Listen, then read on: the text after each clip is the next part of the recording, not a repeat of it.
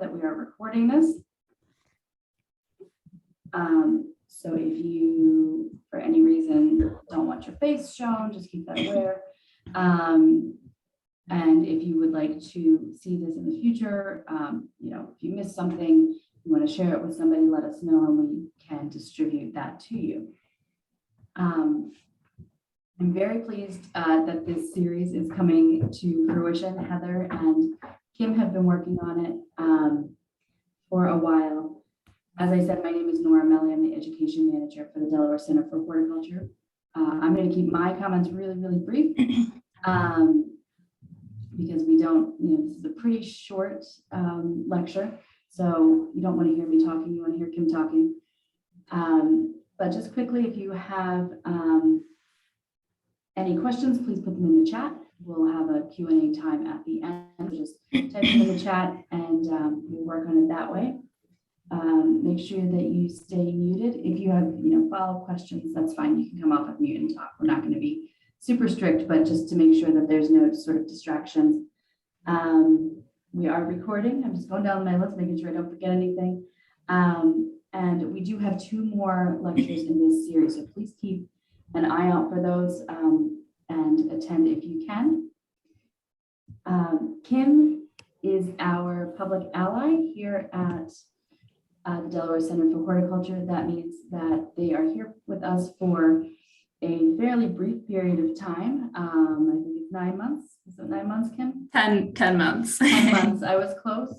Yeah. While they're here with us, they're focusing on forestry. We've got some people coming in, and we're going to just make sure they're muted so they're not. There we go. So Kim is focusing on community forestry and urban agriculture, so doing some great work in both of those departments. And Kim has a BA from the University at Albany. We just had a discussion because I was like, what does that mean? And apparently that's SUNY New York, SUNY Albany. So the BA is in history, and you might be wondering, what does that have to do with horticulture? What does that have to do with agriculture, urban forestry? But I think Kim is working, I don't know how much you want me to share, but pursuing some post baccalaureate opportunities that have a more environmental focus. So this is a really good sort of transition from history into those sort of fields. Again, if you have any questions, please put them in the chat, and I'm going to let Kim take it away.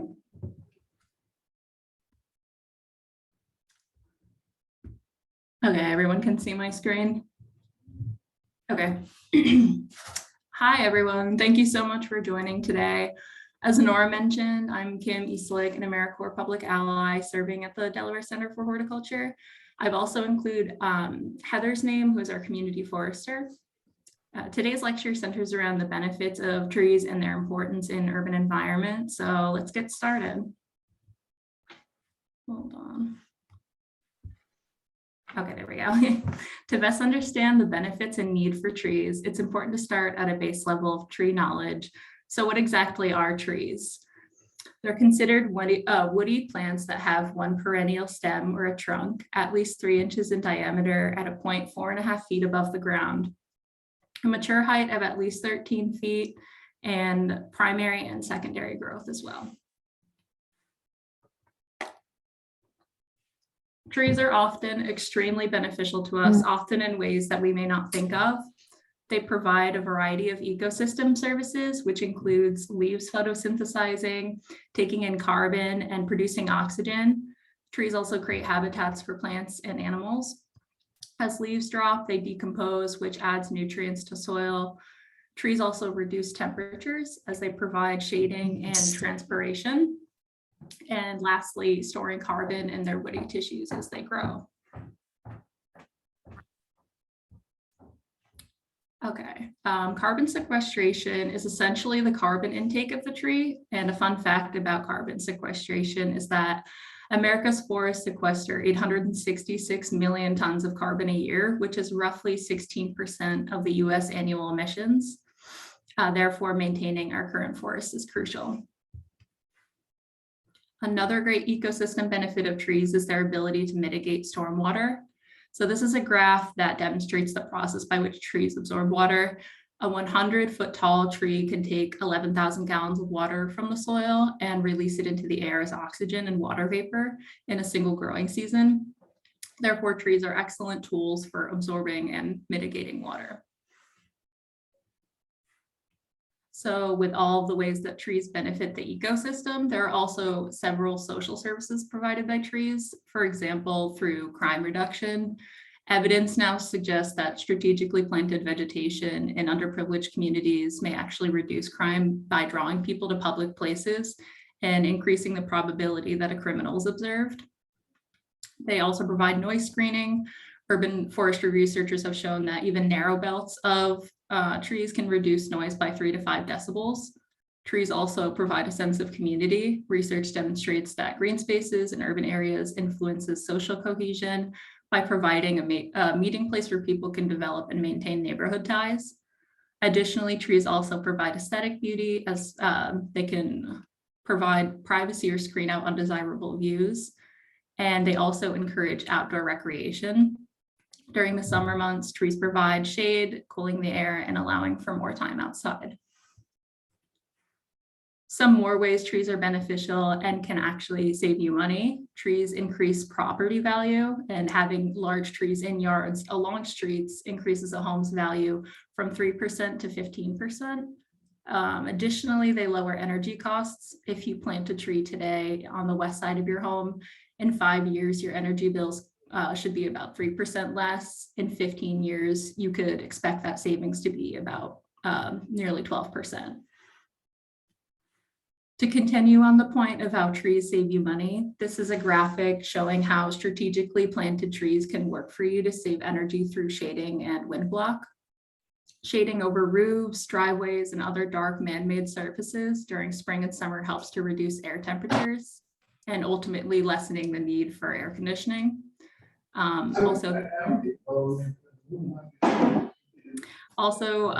You're able to think about the tree's benefits throughout the year in different seasons. In the winter, deciduous trees will lose their leaves, allowing for more sunlight to warm your home, while evergreen trees will stay green and provide wind block. In addition to trees saving you money through property value and lower energy costs, they will also provide more in benefits than their costs of maintenance. From a New York Park stewardship pamphlet, over the years, New York City had invested millions in its urban forest, and the New York City Parks Department estimates that trees provide $5.60 in benefits for every dollar spent on tree planting and care. Also, an association people don't often think of is the impact of urban environments or lack of general greenery, and that impact on mental health. Research indicates that urban air, water, and noise pollution can have substantial effects on the mental health of urban populations. For example, living close to major streets or airports increases exposure to traffic, noise, and pollution, and is associated with higher levels of stress and aggression. The risk for some major mental illnesses, such as anxiety or mood or addictive disorders, is generally higher in cities as well. And spending time around trees and looking at trees reduces stress, lowering blood pressure and improving mood. Numerous studies show that both exercising in forests and simply sitting and looking at trees reduces blood pressure, as well as the stress-related hormones, cortisol, and adrenaline. Therefore, trees can provide stress reduction, which can combat the increased anxiety, stress, and depression one can experience living in urban environments. Trees have also demonstrated to be highly effective in improving moods. 2 examples that stood out to me were a green view from a classroom can improve student performance on attention-oriented tests and reduce aggression. And that was from a 2016 University of Illinois study. Also from the same year of that study, being within 1,000 meters of accessible green space reduced aggression in adolescents, according to research. in Southern California.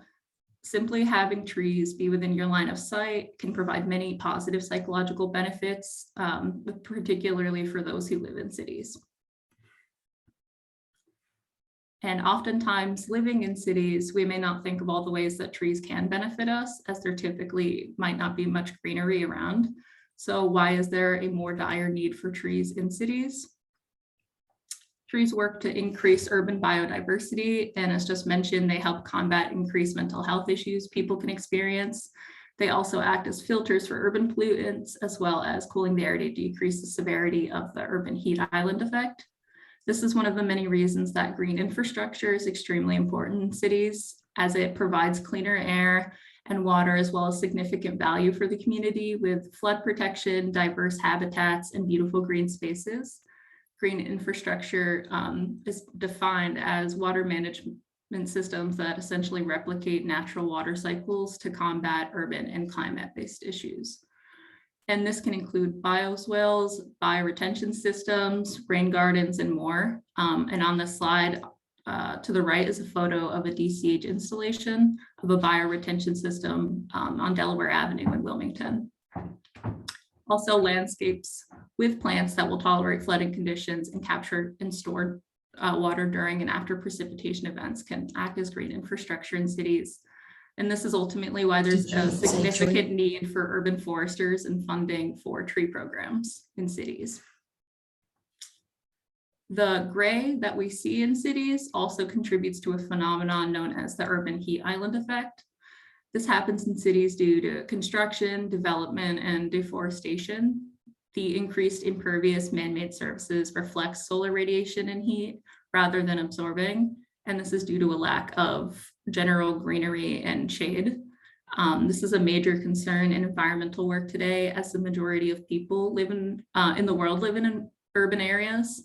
And in this graph, you can see that in a more densely populated area, the downtown portion of a city, during the late afternoon, the temperature was about 7 degrees hotter than other rural areas. This is a major concern in environmental work today, as the majority of people do live in urban areas and have steadily been moving more and more to cities over time. And even if you don't reside in an urban environment, it's still relevant to everyone. That's what I did before, though. Can you hear it?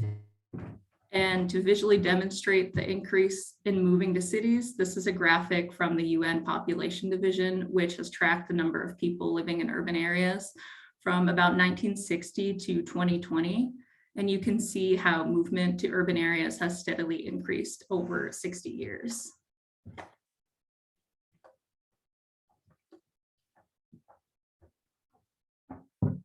Also, living in cities contributes to an increased need for more intentional watershed management.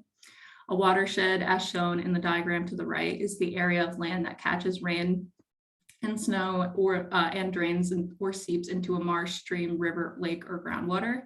And within this image, you're able to see how the precipitation runoff seeps down and collects into one location.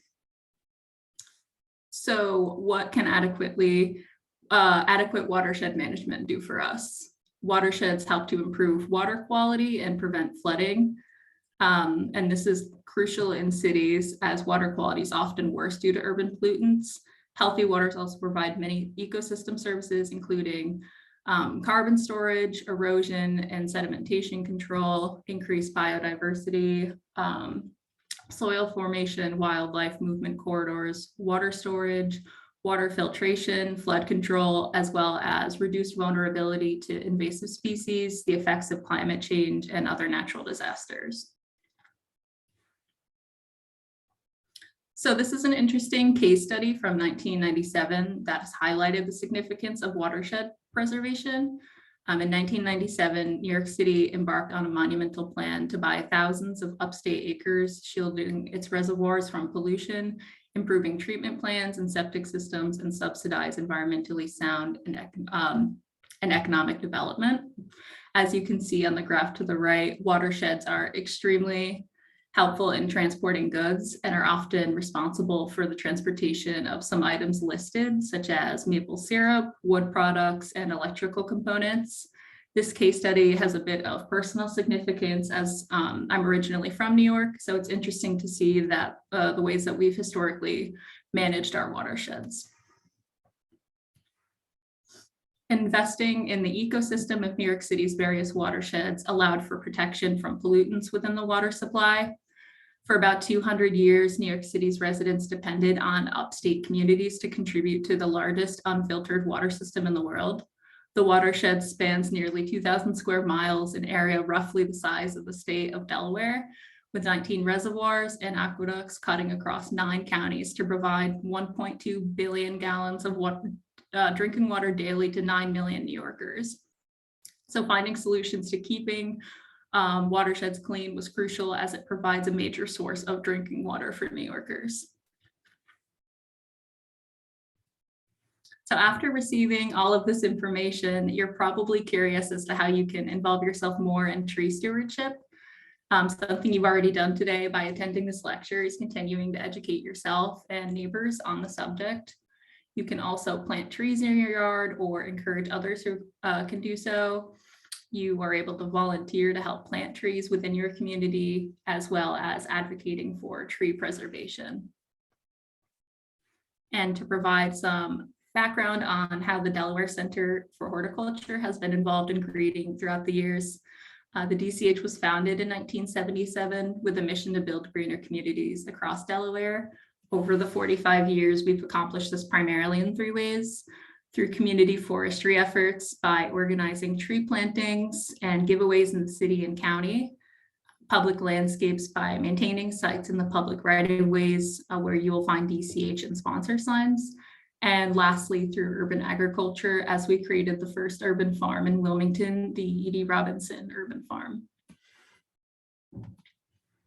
A great way to gain access to more of these educational opportunities and events is by becoming a DCH member. A few of the many benefits include discounts to DCH workshops, classes, and events, access to 300 or more gardens nationwide, discounts to retail stores, restaurants, and plant nurseries. You're also able to support the DCH by providing a donation where you can give a gift of any amount to support our programs, and you can learn more at our website. Okay, so on this slide, I've included the remaining 2 dates for the rest of the lecture series that I'll be giving. Part 2, which is in 2 weeks today, will cover tree biology and its significance in the environment. Part 3 will cover proper planting and care of trees, and ultimately participants gain the necessary skills to be able to better steward trees throughout Wilmington.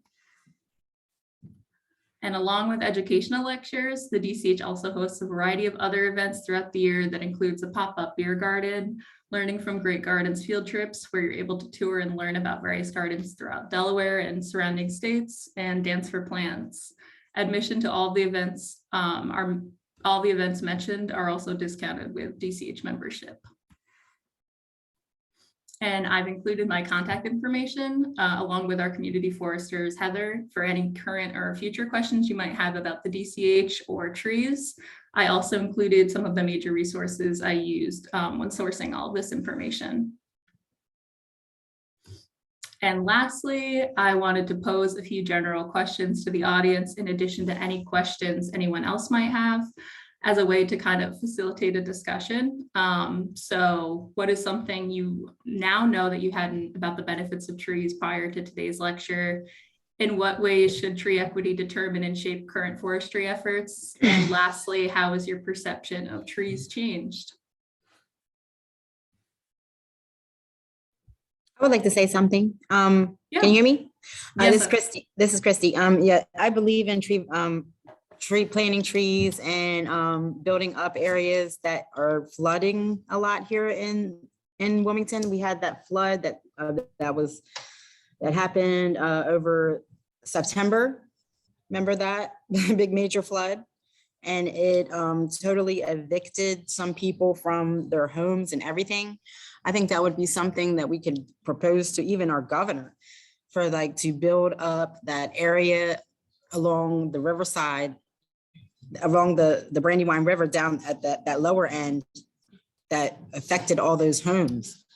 That would be something that I would, maybe not so much DCH or anyone, that's just an opinion of mine, because that was a devastation to a lot of people's homes. The Brandywine River flooded. And I do Yeah. believe in growing trees along that riverside bank or building that area up with anything that would help the flood situation that occurred. Yeah, no, last year. I definitely think trees would be a good solution for that. They're really great ways to, they're really great tools for storing and mitigating flooding and stormwater. So having them along that river in that area seems like it could be really beneficial to prevent future incidents. Yeah, and that was a great comment. And I'm just interjecting myself, Kim, to your You're good. comment as well. But DCH is working on some things to help with that. It's a big problem and it's a long solution to solve that problem. So we are involved in some sort of upcoming things to help with that stormwater mitigation. So if you, I just wanted to say, if you have questions and you want to call them out, Kim, I think you're okay with that. If not, if you don't want to speak out loud, you can type them into the chat and I can read them out for everyone. Yeah, go ahead, Lauren. The first question is, what is something that you now know about benefits of tree? I never realized that the tree was actually a part of the ecosystem. I was just like, okay, it's a tree and it gets shade, but and I've since, I knew that it absorbs the carbon monoxide and things of that sort, but it never clicked in my mind that it was actually part of an ecosystem. Yeah, I feel like people definitely forget all of the ways that trees benefit the ecosystem other than just providing shading. They're right, exactly. Yeah. Yeah, and Sarah wrote in the comments, I wasn't aware of how much trees impact rainfall by evaporating groundwater into the air. That helps me understand why what's going on in the Amazon is so important. As there's a lot of deforestation going on in that area, it affects everybody. And even where they were saying about the storms, the tree roots can help with erosion too. So I don't know if there's recommendations for how close you plant to the rivers, but plus it can shade the river so that the temperature of the water doesn't get as hot. So certain fish can only, live in certain temperatures. As the world gets warmer, we need more shade. Right. And to that point, I'm just going to interject also. Hi, everyone. I'm Heather Titanic, the community forester at the Delaware Center for Horticulture. Thank you for all spending your lunch with us today and joining in. And just to kind of go off of the comments with stormwater flooding, going back to what Kim said about watersheds, we're all in a watershed and you're upstream of somewhere. So even if you're planting a tree in your yard, you may not be along a stream or along, think that you're in the Delaware watershed, but those planting efforts are still going to compound and help with stormwater mitigation down the road, down the street, in lower areas on floodplains. So doing work in the city and other areas is still ultimately benefiting watersheds and riparian zones as well. This might be a question more for Heather than for Kim, but Hannah's asking how are tree roots managed when planting in the city? Yeah, I can hop in. So when we plant in the city or when the city does tree plantings, oftentimes that's in sidewalk pits, tree pits that were created and cut in the sidewalk. And root barriers are placed at the edges of the tree pits so that it prevents tree roots from growing out and conflicting with infrastructure. Tree roots are opportunistic, however, and if there's water, the tree is going to want to keep growing, want to get to that water and those nutrients. And so it is an ongoing battle with managing root conflicts with sidewalks, with utilities, with other infrastructure. And And the city of Wilmington is responsible for maintaining the structural integrity of the sidewalks. And so they do replace and repair sidewalks and things that were conflicted with tree roots, but there is the intentional planting of proper species, trees that won't get too big for their space, and also the addition of the root barrier in the tree pits. So, and hi, it's Christy. I would like to say something about rain gardens. I know rain gardens are very nice for runoff areas, that smaller areas that are more like a ditch areas in the communities. I would like to see more rain gardens in our communities, being formed of runoffs. And they're decorative and pretty. Yeah, that's definitely something that we are working on long-term. Sarah is also commenting about equity. Equity is a big deal right now, as it should be all the time. But Sarah's saying that planting a tree can be easy as propagating volunteers from an existing tree, but supplies like pots and soil can be expensive. And it's difficult to transport, especially in urban areas. And just to add to that, sometimes equity is, I mean, most of my garden was pretty much free. It's all seeds and things that cuttings that I've gotten from friends, and gardeners are very generous people in general. So you can definitely plant trees that way, but there's also issues with existing tree pits, right? If there's no tree pits in certain areas, then there's no place to plant the trees, and that cement work, those sidewalks are difficult to sort of retrofit and not very cheap to do either. So there's lots of factors in there as well. Yeah, but you really need to watch out and consider the mature size of the tree, because I know in my area, I just about cried when I saw how many trees got cut down because they were under the power lines, and they just took 2 or 3 trees out at every house along a couple streets and just tore them out, just cut them all down because they got too big. So I think that the neighbors are really sad too.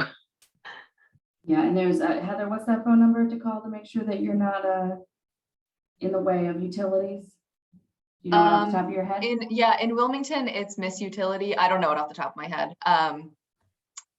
It's either one call or Miss Utility, but it's free. They just have to, it may take up to 2 weeks for them to come out and mark the site, mark the utilities before you plant, to make sure that when you dig, you won't conflict with anything underground, that is. But yeah, planting under utility lines is definitely really difficult in cities like Wilmington, where most of our utilities are above ground.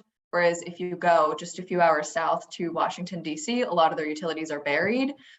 Other issues with access to utilities, and if there's any issues, then you have to dig to get to them, but that leaves above ground space. So a lot of decisions that we're kind of battling with in terms of getting trees in the right places and appropriate plantings, we're battling with decisions that were made hundreds of years ago when cities were built. They weren't necessarily thinking about the mature canopy of a tree and getting trees equitably throughout the city. So tree equity is definitely on the forefront of what we do, just equity in general, trying to green areas that don't have as much access to green space or high quality green space. And we've had free tree giveaways and or low cost tree sales in the past, going back to Sarah's comment, to try to reduce those barriers that people may have to access for trees, because it can be expensive if you're buying from nurseries. And so if we can reduce those barriers and get more trees planted and encourage people to plant on their own yard, that's always great too. Part 3 of this series also goes more into depth on kind of just being intentional with planting for your trees and all the considerations you should make above and below ground. All right, So one more thing about trees, not so much water, the water reservation of trees, but I like that big area in Speakman's Park. That's an open area. It would be nice to have some trees getting started out there, so there could be some more picnic benches that would be brought to Speakman's Park area. That would be nice. Yeah, Thank you. I believe that's under the city, but we'll see. Hopefully we can get trees there. Yeah, I'm trying to green the city, so that's what we're doing here. Yeah. If you have any last minute questions, now's the time because we're coming to the end of our presentation for the day. If there's nothing else, Kim, wonderful job. Thank you so much for sharing all of that with us, and Heather as well. Can I ask a question about watersheds real quick? Is the watershed like distance, like radius kind of just based on any upriver streams, or is it tend to be like a more contained area, like a certain acreage or miles? Yeah, I don't know that there's necessarily a one size fits all equation. It's definitely dependent on the large bodies of water that are around, and then also the smaller tributaries that lead to those large bodies of water. So there's watersheds, and then within those are water basins. And so again, everyone's upstream from somewhere. And so it would be more about the larger bodies of water in the area. So in Wilmington, we're in the Delaware Bay or the Delaware River watershed, I believe. There is a watershed mapping tool online that I believe it would be produced through the state, where you can type in your address and it tells you what watershed you're in, and it will show you the overall area of who else is in that watershed and where your runoff is going to. Yeah, and topography is important as well. If there's, you know, some hilly areas, it's going to push water in certain directions. Sarah's asking, what are some ways Delaware homeowners can get free or low cost native trees for planting? So Heather ran a tree giveaway and can speak to that a little bit more. If anybody wants to, we're past our time, but we can hang out for a few more minutes. Heather, if you want to answer that one. Yeah, thanks, Sarah. So we have had free tree giveaways in the past and low cost tree sales, as I mentioned. So our organization does a lot of our projects through grants and also through funding from sources like memberships and events. And so we've had grants in the past that will support free tree giveaways. And we're looking at potentially having a low cost tree sale this fall. So we don't have anything on the calendar as of yet that I can give you a definite answer to. But if you sign up for our newsletters or stay in touch with DCH News and upcoming events, we will advertise if there are upcoming opportunities for us to give out free trees or trees that are low cost. This is a little different. We also do an annual street tree planting in high priority areas of the city, like in the northeast and east side, areas that have lower tree canopy cover. And that's through community development block grant funding that allows us to plant trees within the city right of way. So it's usually either creating new tree pits or finding old tree pits that, you know, the tree was removed and not replanted. We'll replant in those. We'll also do some removals of trees and replantings in those areas, but that's more within the city right of way, within those priority areas of Wilmington. With our membership, you also do get a free plant, not necessarily a tree, but just one more shameless plug for our membership benefits. You do get a free plant. All right, thank you everyone so much for joining us for your lunch break, or maybe not a break, maybe you're listening while you're doing other things. And we hope to see you soon at our next event. Thanks so much for joining us. Thanks, everyone. Thanks.